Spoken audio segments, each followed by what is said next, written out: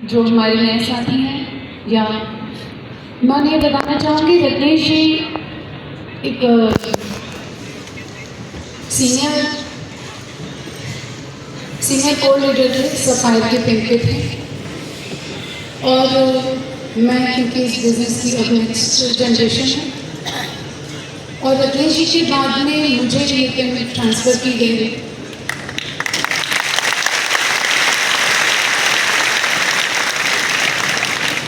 जब ये बिजनेस रत्नेश जी के जीवन में आया तो उनकी उम्र मात्र 21 साल की थी। एक 21 साल के युवा ने इस चीज़ को निर्धारित किया कि किस तरह उन्हें अपने जीवन को बदलना है। इसका सबसे बड़ा शायद कारण ये था कि पारिवारिक जो इनकम थी उस समय मात्र 7,000 रुपये थी। 7,000 रुपये एक पारिवारिक इनकम बड़ी कम हुआ करती है, जहाँ पे दो बड़ी बहनें, माता पिता, खुद रहना, संघर्षों से भरा जीवन जीना आसान नहीं होता। तभी शायद इतना मुश्किल काम रत्नेश जी कर पाते कि मात्र 21 साल की उम्र में वो ये निर्धारित कर चुके थे कि उन्हें ये बिजनेस करना, और इतनी शिद्दत से उन्होंने किया था। मात्र 3 महीने में रॉयल्टी थे, 10 महीने में टेक्निकल थे, और 5 साल में स्टार भी करते।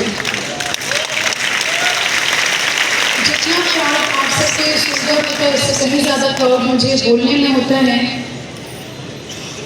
कि उन्होंने ये सब अचीव किया इतनी कम उम्र में। कितने सिंसियर और कितनी डेडिकेशन के साथ उन्होंने काम किया होगा।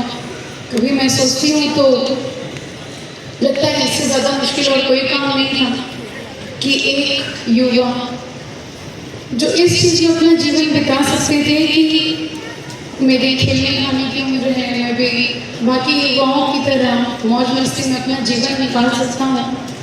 इतने बचपन से संघर्ष देखा हूँ, और ऐसा संघर्ष भी देखा हूँ कि जहाँ अगर मुझे दिवाली मनाना है तो ये ज़रूरी है कि मुझे अपने घर के बाहर एक पटाखे का स्टॉल लगाना पड़ेगा, और होली मनानी है तो ये ज़रूरी है कि मेरे घर के बाहर रंगों का मैं स्टॉल लगाऊँ, ताकि मैं अपने घर में उस रंगों बच्चे के रंगों से सीखूँ।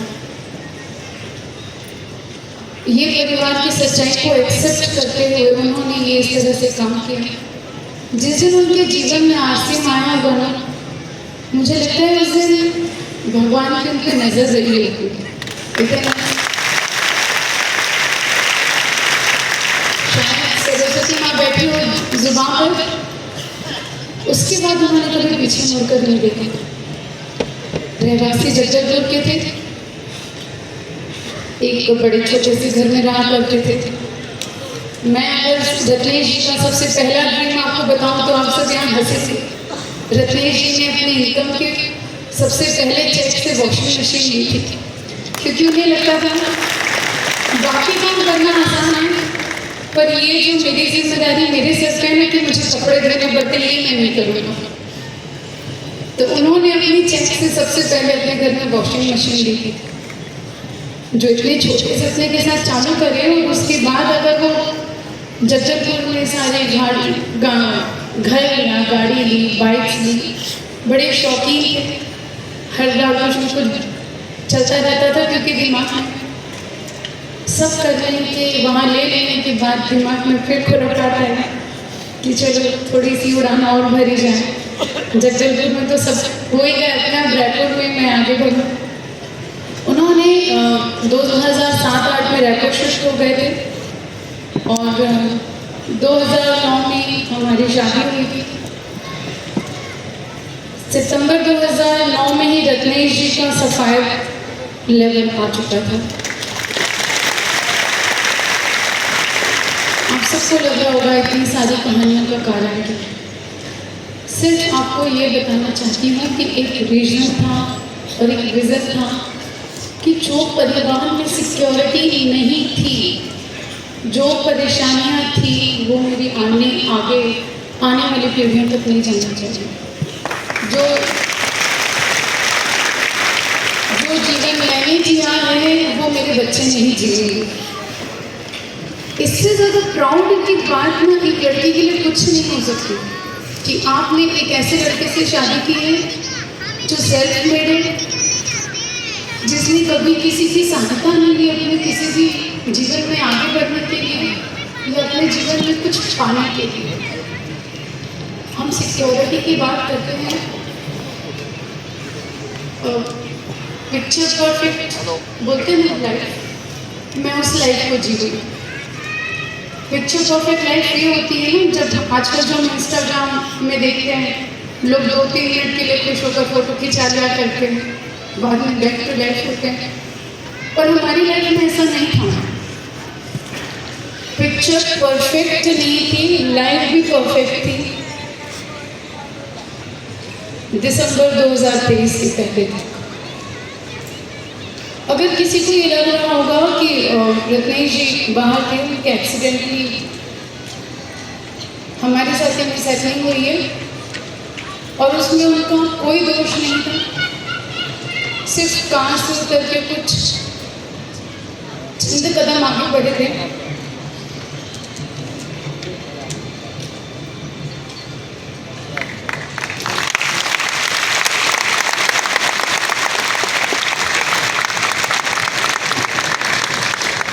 और पीछे से किसी बाइक पर मैंने कुछ किया था।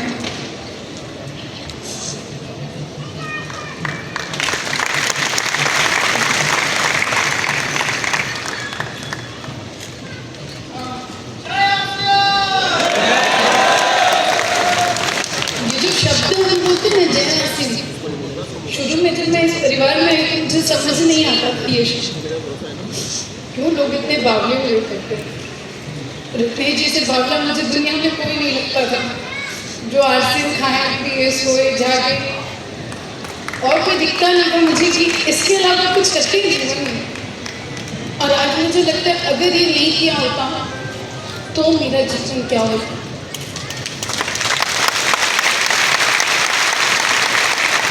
सब बोलते हैं फाइनेंशियल सिक्योरिटी, लेकिन अगर मैं बात करूँ फाइनेंशियल सिक्योरिटी उन जैसे इंसान जो इतना मेहनती था शायद कहीं से ला सकते थे, बिल्कुल ला सकते थे।